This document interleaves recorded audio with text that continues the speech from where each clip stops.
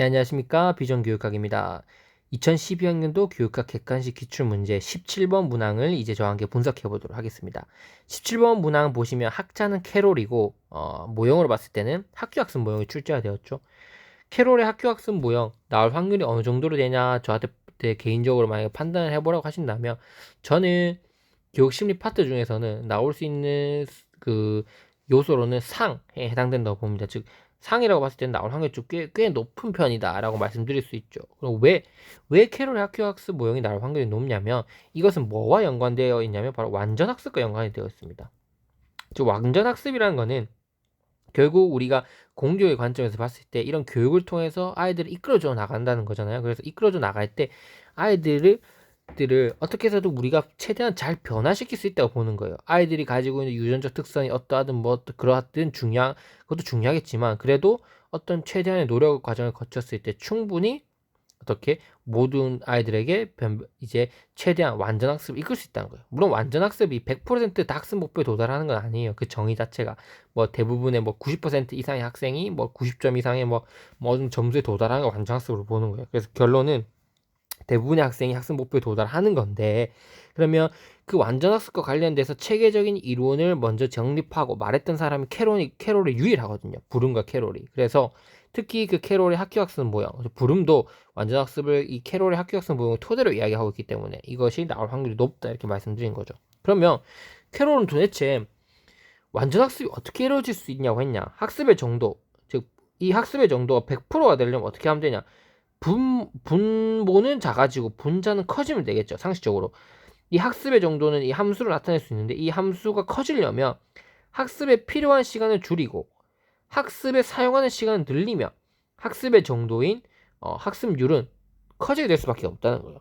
학습에 필요한 시간을 줄인다는 게 무슨 말이냐면 아이들이 쉽게 이해할 수 있도록 하면 된다는 거예요. 그러니까 쉽게 얘기해서 교사 설명을 잘하면 된다는 거예요. 대표적인 예를 말씀드리면 맞잖아요. 아이들 잘 이해시켜주면 학습에 필요한 시간은 줄어나가니까 학습률은 훨씬 더 높아지겠죠. 그리고 학습에 사용하는 시간 보세요. 학습에 사용하는 시간으로 아이들이 학습을 위해서 시간 투자를 많이 하면 되겠죠. 그러면 학습의 정도는 커질 수밖에 없는 거예요. 그래서 그런 것들을 좀 더 체계화시켜서 학습에 필요한 시간을 3가지로 구체화시켰고 학습에 사용한 시간을 2가지로 구체화시켰던 거예요. 그래서 이 5가지 관계에 대해서 제가 한번 하나하나 세부적으로 말씀을 드릴 거예요. 그래서 보시면 캐롤은 학교에서 이루어지고 있는 여러 가지 형태의 학습 가운데 특히 지적 학습에 작용하는 중요한 변이들을 추출한다. 중요한 변이들은 5개예요. 학습 기회, 학습 지속력, 그 다음에 적성, 수업 이해력, 수업의 질 이렇게 5가지로 나눌 수 있다는 거예요. 이 5가지 변이들의 상호관계를 토대로 학교 학습 방안을 체계화시켰다는 점에서 나올 의의가 매우 크다라고 볼 수 있어요. 특히 여기 보시면 학습자의 적성, 수업 이해력 그리고 학습의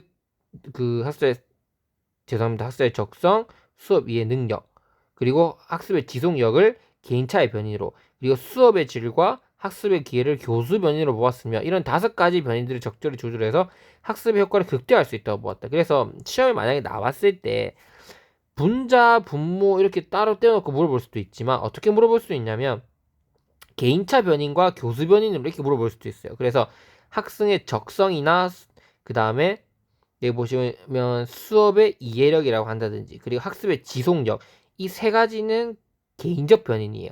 그리고 교수적 변인은 학습 기회와 그 다음에 학습의 여기 나와 있겠지만 교수의 질 이 2가지가 교수 변이라는 거예요. 학습 기회와 그리고 수업의 질.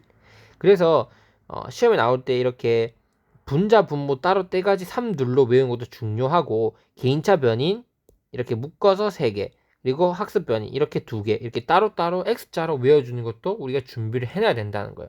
제가 말씀드리고 싶은 이거예요. 캐롤 학습 모형에서 하나하나 다 이해하는 거 중요하고 분자 분모 이해하는 거 중요하고 개인차 변인과 교수 변인 나눠서 이해하는 거 중요하고 이해되시죠? 따라서 캐롤의 학교 학습 모형에 따라서 학습의 능률을 이끌어 올리기 위해서는 학습에 필요한 시간을 줄이고 학습에 사용한 시간을 늘리는 것이다. 따라서 여기 보면 어떻게 하면 학습에 필요한 시간을 줄이고 학습에 사용한 시간을 늘려나갈 것인지 구체적인 예시를 통해서 우리가 그 답안을 준비해 나갈 수 있는 게 필요한 것인데 그것을 저와 함께 다음 강의에서 한번 살펴보도록 하겠습니다. 자, 일단 이것만 보고 갈게요. 학습이 나타나는 정도는 학습에 필요한 시간과 학습에 사용하는 시간과 함수관계로 표시될 수 있다. 즉, 효과적인 학습이 되기 위해서는 학습에 필요한 시간은 감소시키고 학습에 사용되는 시간을 늘려야 된다. 적성, 수업 이해력, 수업의 질, 이 세 개 중에서 변할 수 있는 부분은 뭐라고 생각하십니까, 여러분? 이 두 가지는 변할 수 있겠죠. 변할 수 있어요. 하지만 적성은 변할 수가 없다는 거예요. 적성은 태어날 때부터 타고난 유전적 형질이에요. 완벽한 시스템을 제공했을 때 모두에게 그 어느 정도 좋아하는 거, 그 다음에 그것을 학습하는데 도달하는데 걸린 시간은 다 다르다는 거예요. 어떤 애는 체육을 더 잘할 수도 있고, 어떤 애는 사회를 더 잘할 수도 있고, 그건 사람마다 다 달라요. 적성은 고정되어 있다고 볼 수 있어요. 하지만 수업의 이력과 수업의 질은 변화시킬 수 있어요, 충분히. 이건 학습자 요인이긴 하지만 학습자 요인임에도 불구하고 충분히 어떻다? 변화시킬 수 있다는 거예요. 수업의 질은 특히 교사가 제공하는 거겠죠.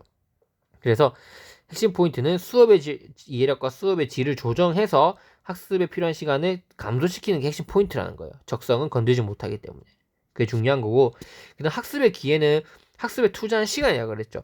학습에 투자하는 시간도 우리가 더 구체적으로 세분화시켜서 나눠볼 수 있어요. 그냥 무작정 10시간 앉아있으면 다 되냐? 안 되라는 거죠. 아이가 10시간 동안 그 집중하는 시간, 또 집중하면서는 문제 해결과 연관되는 집중된 시간, 이런 것들은 체계적으로 과학적으로 분석을 해서 그런 그 집중하는 시간이 늘어날 수 있도록 해야 된다는 거죠.